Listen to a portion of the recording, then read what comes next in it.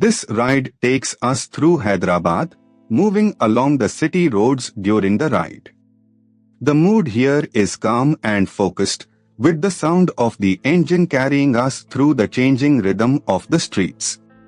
Let the road unfold naturally as we settle into this stretch. A little further along, this part of the route shows a grounded side of Hyderabad, where everyday movement defines the street. Shops, side lanes, and passing vehicles build a sense of momentum, and the pace stays steady. It is the kind of stretch where the ride feels less like a destination and more like a continuous observation. As the ride continues, here is something worth knowing about this part of Hyderabad.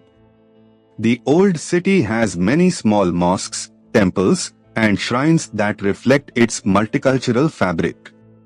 That local detail adds depth to what might otherwise seem like a simple road, and it reminds you that every ride here passes through layers of history and routine.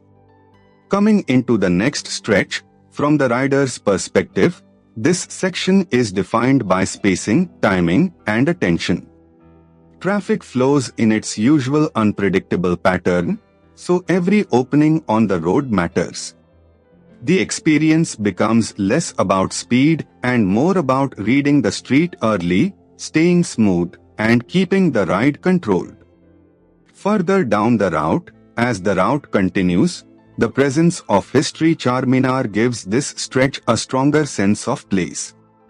Landmarks like this help anchor the ride because they turn a moving sequence of roads into something memorable.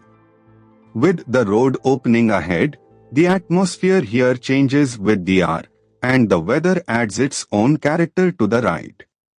The road noise, light, and movement around the bike all combine into a very specific riding mood.